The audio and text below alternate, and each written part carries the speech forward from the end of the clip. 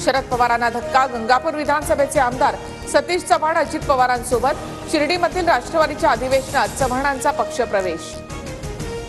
कराडवर फसवणुकीचा आरोप करणाऱ्या शेतकऱ्यांवरच लक्ष्मण हाकेंना संशय, हार्वेस्टर अनुदानासाठी शेतकऱ्यांकडे 10 लाख कुठून आले?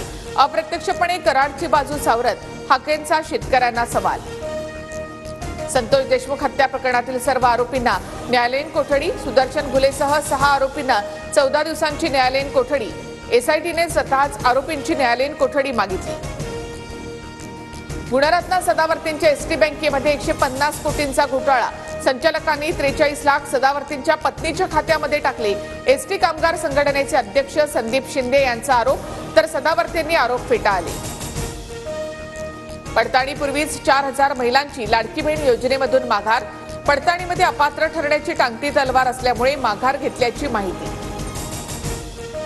चुकीच्या पद्धतीने अर्ज करणाऱ्यांनी लाडकी बहीण योजनेचे पैसे नको म्हणून अर्ज केले आहेत. सरकार कोणाचेही पैसे माघारी घेणार नाही, मंत्री आदित्य तटकरे यांची माहिती.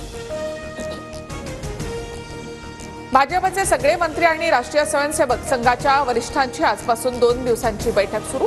दरपरळ येथील संघ मुख्यालयामध्ये मंथन, मुख्यमंत्री फडणवीस आणि बावनकुळे देखील उपस्थित राहणार. चॅम्पियन्स ट्रॉफीसाठी भारतीय संघाची घोषणा, कर्णधारपदी रोहित शर्मा तर उपकर्णधारपदी शुभमन गिलची निवड. विराट कोहली, के.एल. राहुल, गोलंदाज मोहम्मद शमी हे सुद्धा संघात.